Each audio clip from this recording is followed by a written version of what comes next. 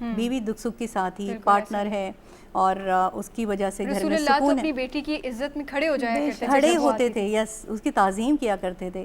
تو یہ سب چیزیں بڑی دیکھنے والی ہیں کہ دین اسلام نے تو ہمیں سب سکھا دیا، ٹھیک ہے نا، ہمیں تمام حقوق دیے. یعنی پراپرٹی میں پہلے تو جیسے کہ میں نے عرض کیا کہ عورت کو اپنی پراپرٹی سمجھا جاتا تھا، لیکن جیسے ہی دین اسلام کی آمد ہوئی اور احکامات جاری ہوئے تو عورت کو اس کی یعنی کہ جائیداد میں حصہ دیا گیا، چاہے ماں ہے، بہن ہے، بیٹی ہے، جائیداد میں اس کا اپنا حصہ ہے، وہ جائیداد رکھ سکتی ہے، وہ اپنا مال رکھ سکتی ہے، ٹھیک ہے نا، مطلب اس کو حق ہے. پھر نکاح اتنا بڑا فیصلہ ہے زندگی کا، تو اس میں جب تک اس کی رضامندی نہیں ہوگی لڑکی کی، فیصلہ حالانکہ عرش سے آیا تھا لیکن پھر بھی رسول اللہ نے اپنی بیٹی سے پوچھا. یہ دیکھیے ذرا کتنی بڑی بات ہے. کتنی بڑی بات ہے. تو مطلب دین اسلام کی آمد کے ساتھ ہی بیش بہا اور بے انتہا یعنی کہ حقوق دیے گئے عورتوں کو، عورتوں کی عزت کرنے کے حوالے سے بتایا گیا. جمعۃ الوداع میں ہم دیکھتے ہیں کہ حضور پاک صلی اللہ علیہ وآلہ وسلم فرماتے ہیں کہ جیسا تمہارا اسٹیٹس ہے ویسے ہی بیوی کو رکھو. یہ نہیں کہ بیوی سے پیسے چھپا لیے، اور فی زمانہ ہم دیکھ رہے ہیں پتہ نہیں کیا کیا جھگڑے ہیں آج کل. پھر عورتیں ہیں سرگرداں ہیں، اپنی حقوق کے لیے لڑ رہی ہیں، روڈوں پہ پریشان پھر رہی ہیں. ارے بھائی آپ 1500 سال ہو گئے تو اتنا زبردست چارٹر ہمیں دے دیا گیا. آپ دین اسلام کے احکامات اٹھا کر دیکھ لیں تو آج بھی ہم اس کے لیے سرگرداں ہیں. یہ بات ہے کہ دین سے دوری ہے، ساری دین سے دوری ہے. زمینہ صاحبہ، حضرت ختیجہ بڑا ہی اچھا کردار کی مالک تھی، وہ بڑی ہی آپ سمجھ لیں کہ کامیاب خاتون جو کہ کاروباری شخصیت بھی تھی، بہت زبردست انہوں نے کاروبار کیا. اسلام کیا کہتا ہے عورت کی جو صلاحیتیں ہیں ان کو استعمال کرنے کے حوالے سے، اگر کوئی عورت اپنا کاروبار کرنا چاہتی ہے، اور کیا لیمیٹیشنز بتائی گئی ہیں اسلام کی جانب سے خواتین کے لیے کہ وہ اس حد تک کام کر سکتی ہیں؟ جی بالکل، بہت عمدہ سوال کیا آپ نے. ابھی عشرت علی صاحبہ نے کتنے خوبصورت انداز میں ہمیں بتایا کہ کس طرح سے خواتین کو ان کے حقوق حاصل ہوئے. اب دیکھیے، ایک کا حق ہے تو دوسرے کا فرض بن جاتا ہے، دوسرے کا فرض ہے تو پہلے کا حق بن جاتا ہے. تو وی نیڈ ٹو انڈرسٹینڈ کہ اسلام نے خواتین کو کتنے اچھے حقوق سے نوازا ہے، کتنی عمدہ زندگی کی صلاحیتیں اس کو عطا فرمائی ہیں. وہ اپنی کیپیبلٹیز کو ڈیفینیٹلی بوسٹ کر سکتی ہے. اور جیسے اس سوسائٹی کے اندر جب بیٹی پیدا ہوتی تھی تو ان کے چہرے غم سے سیاہ ہو جاتے تھے، وہ اس کو سیلیبریٹ نہیں کرتے تھے. زندہ درگور کرنے کے کتنے واقعات ہمیں ملتے ہیں. تو آپ صلی اللہ علیہ وآلہ وسلم نے بیٹی کے گرتے ہوئے وقار کو، یا خاتون کے گرتے ہوئے وقار کو اس طرح سے لفٹ کیا اور فرمایا کہ فاطمہ رضی اللہ تعالی عنہا میرے جگر کا ٹکڑا ہے، کہ اپنے تو تھے، اپنے غیروں سے نبھاتے تھے رسول، مائے رحمت ہر ایک کو بھر بھر کے پلاتے تھے رسول. عزت تو سب کو ملی اس در سے محمود، ادب زہرا میں مگر کھڑے ہو جاتے تھے رسول. اب جب کہ آپ نے بات کی ہے کہ آج اسلام ایک خاتون کو کس حد تک اپنی کیپیبلٹیز کو بوسٹ کرنے کا یا جاب کرنے کی اجازت دیتا ہے، ڈیفینیٹلی گنجائش نکلتی ہے. ہم شعبہ تدریس سے وابستہ ہوں، طب ہو، یعنی بات یہ ہونی چاہیے کہ ہم اپنے ڈریس کوڈ کی حفاظت کر کے ڈیسنسی کے ساتھ، وقار کے ساتھ، کسی بھی اچھے شعبے میں جو حلال رزق و روزی پر مبنی ہو، جس میں اللہ تعالیٰ کی رضا ہو، جس میں خدمت انسانیت کا جذبہ ہم مد نظر رکھیں، اس کو ملحوظ خاطر رکھیں، ہم کام کر سکتے ہیں. دیکھیں، ہم گھر سے باہر کام کرنے جائیں تو پتہ چلنا چاہیے کہ ہم کتنی نوبل فیملی سے بلانگ کرتے ہیں. پھر آپ یہ دیکھیں کہ ہمارے جو ورکنگ آورز ہوتے ہیں 9 to 5 ہے، یا کوئی بھی آپ کی ایز اے ٹیچر جاب ہے، ایز اے ڈاکٹر ہے، ایز این انجینئر ہے، کوئی بھی، کیونکہ ہمیں تو اسلامک اسکالرس کی بھی بہت ضرورت ہے. ڈینٹسٹ، لیڈی ڈینٹسٹ ان کے ساتھ کتنا انسان کمفرٹ زون فیل کرتا ہے، لیڈی ڈاکٹرس کی کتنی ضرورت ہے. تو ضرورت ثمر کی ہے کہ ہم اپنے مقام اور مرتبے کو سمجھیں جو دین اسلام نے ہمیں دیا، سنجیدگی اور متانت کے رویہ. بالکل، یہ تو ہمیں پتہ چل گیا کہ ایک ڈیسنٹ کوڈ کے ذریعے آپ جو ہے کام کر سکتے ہیں. لیکن ہمارے معاشرے میں ایک اور بھی چیز جو کہ ہم دیکھتے ہیں کہ جب خواتین کام کرتی ہیں تو ان کے اوپر ڈبل ذمہ داری ڈال دی جاتی ہے کہ گھر کو بھی سنبھالنا ہے، باہر کا بھی کام کرنا ہے. اگر تم باہر کا کام کر رہی ہو تو تم نے گھر کو نگلیکٹ نہیں کرنا. اس صورت میں جو شوہر کا کردار ہے وہ کتنا اہمیت کا حامل ہے؟ ابھی میں اسی جانب آ رہی تھی کہ دیکھیں، عورت کی جو پرائمری رسپانسبلٹی، عشرت علی صاحبہ بھی اتفاق کریں گی، وہ اس کا گھر ہے. ٹھیک ہے، اس نے اپنے گھر کو اچھے طریقے سے ان تمام امور کو انجام دینا ہے. بچوں کی تربیت بہترین اسلوب کے ساتھ کرنی ہے، اچھے انداز میں کرنی ہے، تاکہ وہ باکردار مسلمان بھی بنے، اعلیٰ سیرت و کردار کے حامل ہو، اور اچھے رسپانسبل سٹیزنز کے طور پر بھی سامنے آئیں. تو گھر اس حوالے سے حدیث مبارکہ کا مفہوم بھی ہے کہ جب وہ اپنے شوہر کی اطاعت کرتی ہے، گھریلو امور کو اچھے طور سے انجام دیتی ہے، اپنی عصمت و پاک دامنی کی حفاظت کرتی ہے، تو جنت کے جس دروازے سے چاہے جنت میں داخل ہو جائے. اب اگر اس کا ہسبینڈ اس کو پرمٹ کرتا ہے یا whether she is in some need کہ اسے ضرورت ایسی ہے کہ آج کل جیسے ایکسپینسز اتنے زیادہ ہوتے ہیں, مہنگائی کا دورہ ہے, ہم لوگوں کا اس طرح سے مینیج نہیں ہو پاتا, تو وہ گھر کے امور کو بیلنس طریقے سے لے کے ڈیفینیٹلی چل سکتی ہے. لیکن dedication is the most important thing. دیکھیں ڈیڈیکیشن تو خواتین کی جانب سے ہوتی ہے, لیکن یہاں جو میں جانا چاہ رہی ہوں وہ یہ جاننا چاہ رہی ہوں کہ جو شوہر حضرات ہیں وہ بھی تو باہر جا کے کما رہے ہیں, بالکل خواتین بھی کما رہی ہیں, لیکن جو ساری ذمہ داری ہے وہ عورت کے اوپر آ جاتی ہے. بالکل ایسا تو اس حوالے سے ایسی کون سی فیزیبلٹی نکلتی ہے خواتین کے لیے جو کہ اس کو وہ اپنا سکتی ہیں اور آگے بڑھ سکتی ہیں؟ امام شافعی کا قول ہے کہ وقت ایک کاٹ دینے والی تلوار ہے, ٹھیک ہے. اب وقت کا اچھے انداز میں استعمال کرنا, اپنا اسکیجول ویکلی منتھلی پلان کرنا, اگر آپ کے بچے ہیں تو ان کو کوالٹی ٹائم آپ کس طرح سے دے سکتے ہیں, اگر آپ ڈیلی نہیں ان کو انٹرٹینمنٹ کے لیے لے کے جا سکتے یا کہیں باہر یا ان کی باتیں نہیں سن سکتے, تھوڑا ایسا ٹائم کہ آپ نے کہنا ہے کہ میرے پاس آدھا گھنٹہ تو میں نے سکھا کے اٹھنا ہے. ایسے میں شوہر کی یہ ذمہ داری ہے کہ وہ اپنی بیوی کا ساتھ دے اور بیوی کی ذمہ داری ہے کہ وہ شوہر کا ساتھ دے. لیکن ہم کیا کرتے ہیں, ہم ایک دوسرے کو بدلنے کی کوشش کر رہے ہوتے ہیں معذرت کے ساتھ. تو ایک دوسرے کو ایکسیپٹ کرنا چاہیے, اچھا مسلمان بننے میں, اچھا شہری بننے میں ایک دوسرے کی مدد کرنی چاہیے, اور ذمہ داریوں کو ڈسٹریبیوٹ کر لیں, ٹائم کو مینیج کر لیں, تو آپ کا آفس بھی اچھے انداز میں انجام دے سکتے ہیں, میاں اور بیوی دونوں, اور اپنے گھر کا ماحول بھی اچھا پرسکون رکھ سکتے ہیں. حضرت زرمینہ کی بات میں ایک بات اور میں ایڈ کرنا چاہوں گی کہ اگر فرض کریں دونوں کی انڈرسٹینڈنگ ہے, ٹھیک ہے نا, اور دونوں اپنے ڈیوٹی آورس میں سے گھر پر آئے واپس, دونوں کام کر رہے ہیں مل کر, تو اعتراض کس کو ہوتا ہے؟ لڑکے کی ماں کو, لڑکے کی بہنوں کو. میں نے دیکھا ہے وہ باقاعدہ کمپلین کرتی ہیں جیسے لڑکی کے گھر والوں کو کہ بھئی ہم نے تو کیا نہیں تھا, تو اب یہ لوگ کر رہے ہیں مل کر, تو بھئی آپ نے جاب بھی نہیں کی تھی. تو اس پوائنٹ پر بھی غور و فکر کی ضرورت ہے. یعنی کہ جو لڑکی کی فیملی ہے اس کو بھی ذرا خیال کرنا چاہیے کہ اگر خواتین کام کر رہی ہیں تو یقیناً ان کو بھی سپورٹ کی ضرورت ہے. اگر میں حضرت خدیجہ کی زندگی کے بارے میں بات کروں تو یقیناً وہ کاروباری جو ہیں وہ خاتون تھیں, کاروبار کر رہی تھی, اور کاروبار کرنا بہت مشکل کام ہے, آسان تو ہے نہیں. تو اس وقت جو ہے وہ ان کی کیا مصروفیات ہوتی تھی, اور رسول اللہ جو ہے وہ ان کو کس طرح سے مدد دیتے تھے ان کے کام میں؟ بالکل.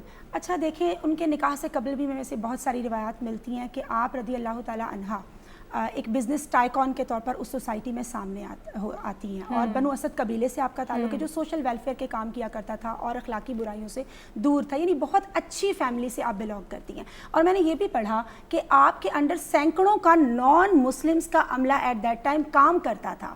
تو آپ دیکھیں کہ اپنے اعلیٰ سیرت و کردار کی بنا پر, اپنی اچھی انتظامی صلاحیتوں کی بنا پر دوسروں کو آپ کس طریقے سے مینیج بھی کر رہی ہیں, اور اس دور میں طاہرہ کے لقب سے آپ مشہور ہیں.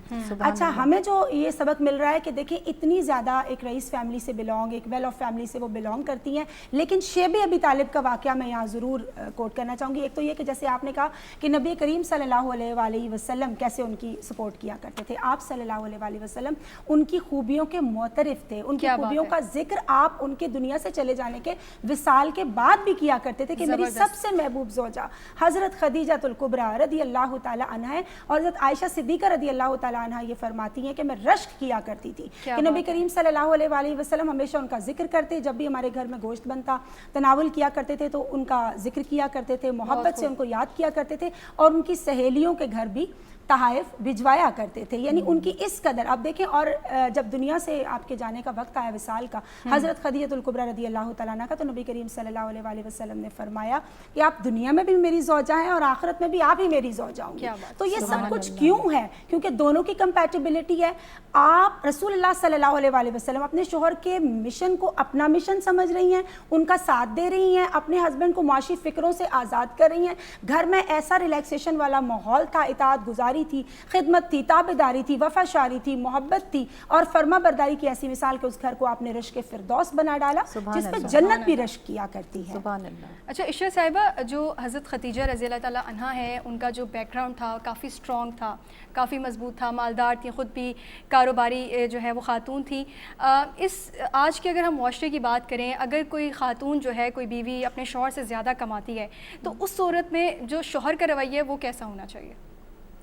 شوہر کا رویہ تو ہوتا ہی ہے. اس وقت آپ مجھ سے لڑکیوں کے رویے کے حوالے سے بات کریں, کیونکہ وہ پھر جو ہے نا وہ ایک برتری والا احساس ان کے اندر جو آ جاتا ہے نا, پھر انڈرسٹینڈنگ اور ایک محبت, پیار محبت کا, جیسے کہ زرمینہ صاحبہ نے فرمایا کہ گھر میں ایک ریلیکسیشن والا ماحول ہو, پھر وہ تو نہیں رہے گا نا. جب ایک برتری آ گئی یعنی کہ یہاں پر خواتین کی بھی ذمہ داری ہے کہ اگر وہ اپنے شوہر سے زیادہ کما رہی ہیں جتائیں مت اور ان کی عزت نفس کا خیال رکھیں, پیار محبت سے لے کر چلیں. اچھا, میاں بیوی کے لیے ضروری ہے کہ دونوں ایک دوسرے کی تعریف کریں, چاہے جھوٹی ہی کیوں نہ ہو. ویسے تو ہر ایک کو انسان کو اللہ تعالیٰ نے بہت اچھا بنایا ہے اور خوبیوں سے مالا مال کیا ہے, تو چاہیے کہ ایک دوسرے کو سراہیں, ایک دوسرے کو اپریشیٹ کریں, ٹھیک ہے نا. تو وہ ایک برتری والا وہ اچھا نہیں لگتا. بھائی ایک زندگی کے ہم سفر ہیں تو برابری کا احساس لے کر چلیں. اگر کوئی ایک برتر ہوگا تو ظاہر ہے دوسرا کمتر ہوا نا. بالکل. تو زمینہ کمتر تو کسی کو نہیں بنایا. آج کی جو خواتین ہیں وہ یہ شکوہ کرتی ہیں کہ جو ہمارے شوہر ہیں وہ ہمارے جذبات کی اہمیت نہیں دیتے, ہماری رائے کو اہمیت نہیں دیتے. اس حوالے سے اسلام کیا کہتا ہے کہ ایک دوسرے کا جو تعلق ہے وہ کس طرح سے مضبوط ہونا چاہیے اور ایک دوسرے کا احترام کرنا چاہیے؟ بالکل, میں اس جانب آتی ہوں تھوڑا سا, میں پریویس کوشچن کی جانب, کہ ان اکرمکم عند اللہ اتقاکم.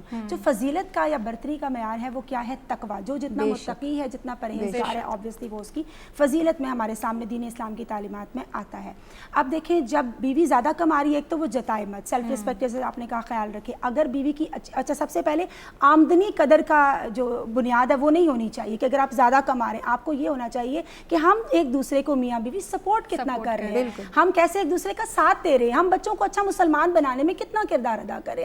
اگر شوہر کی آمدنی کم ہے تو اس میں اس کی عزت نفس کم نہیں ہو رہی, اس کی رسپیکٹ پہ حرف نہیں آ رہا. اور اگر شوہر کی بیوی کی آمدنی زیادہ ہے تب بھی شوہر کی رسپیکٹ کم نہیں ہو رہی. وہ بیوی کے اچیومنٹس کو اپریشیٹ کرے, اس کا خیال رکھے, اللہ کی رضا کو ملوز خاطر رکھے, کمپلیکس کا اور حسد کا شکار نہیں ہونا چاہیے. خواتین ہیں وہ یہ شکوہ کرتی ہیں کہ جو ہمارے شوہر ہیں وہ ہماری رائے کا جو ہے وہ خیال نہیں کرتے ہیں, ہمارے جذبات کا خیال نہیں کرتے. اگر فار ایگزامپل وہ کسی بھی موقع پر زندگی میں کہیں مشورہ دے دیتی ہیں تو شوہر جو ہے اس کو مانتے نہیں ہیں. اس حوالے سے اسلام کیا کہتا ہے؟ جی بالکل, سورہ نساء میں بھی ہمیں تعلیمات ملتی ہیں عورتوں کے ساتھ حسن سلوک کی, اور سورہ بقرہ میں بھی ہمیں فرمایا گیا کہ عورتوں کے ساتھ حسن سلوک سے پیش آیا جائے. مفہوم ہے ترجمے کا. اب دیکھیں, رسول اکرم صلی اللہ علیہ وسلم کی زندگی ہماری کامل ترین رہنمائی کر رہی ہے کہ آپ نے ازواج مطہرات کو کتنا اچھے طریقے سے عدل و انصاف کے ساتھ ان کو ٹائم دیا, ان کی تیمارداری بھی کی, ان کا خیال رکھا, ان کی دلجوئی کی, مشاورت کی. حضرت ام سلمہ رضی اللہ تعالیٰ عنہ سے آپ نے مشاورت کی ایک صلح حدیبیہ کے موقع پر, اور دیگر مثالیں بھی ہمیں اس حوالے سے ملتی ہے. تو بات یہ ہے کہ ایک دوسرے کی رائے کو اہمیت دینا بہت ضروری ہے. ہسبینڈ کا وائف کو, جیسے ابھی آپ نے بات کی کہ خواتین شکوہ کرتی ہیں, ان کو اپنے فرائض کو جاننا ضروری ہے کہ مجھے دین اسلام نے کتنے زیادہ حقوق سے اور کتنی زیادہ جب آج آزادی کی بات کی جاتی ہے تو دین اسلام نے ہمیں آزادانہ ووٹنگ کا بھی حق دیا ہے, تعلیم کا بھی حق دیا ہے. آپ دیکھیں پہلے کے زمانے میں کیا ہوتا تھا, میں پڑھ رہی تھی روایات میں کہ خواتین کو ان کی اسلامک بک یا جو ان کی ریلیجس بک ہوتی تھی وہ چھونے کی بھی اجازت نہیں تھی.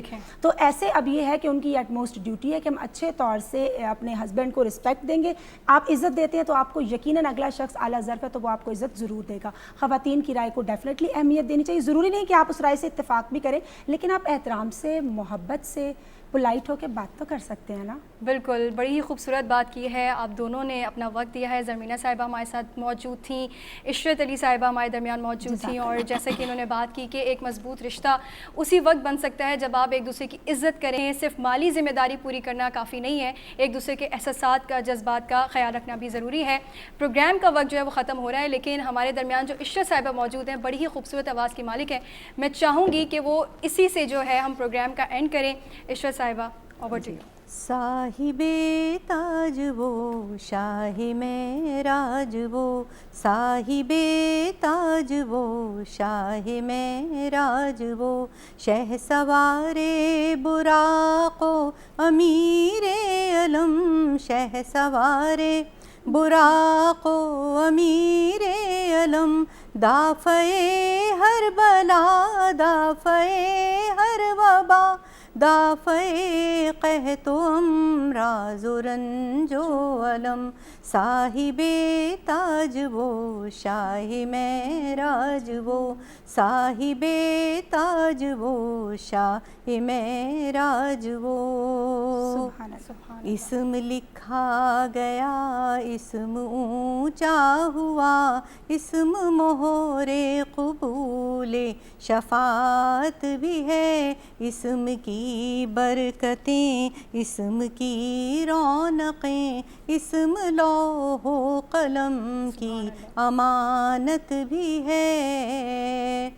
کیا عرب کیا جم سب کے سردار ہے, سب کے سردار کا ہے مقدس بدن حرم و کعبہ کو وہ جو منور کرے, وہ وہ پاکیزہ سی ایک کرن صاحب تاج وہ شاہ معراج وہ صاحب تاج وہ شاہ معراج وہ سبحان اللہ.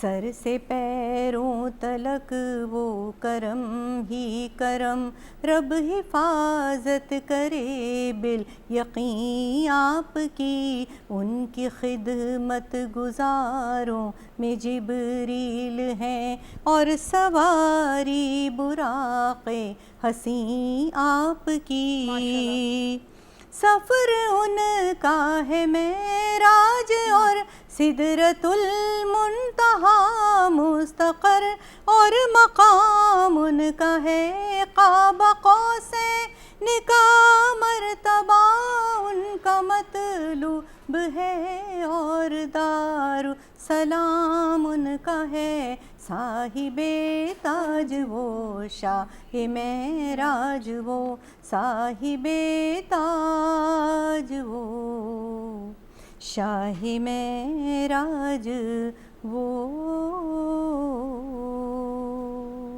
ماشاء سبحان اللہ اللہ، سبحان اللہ سبحان اللہ.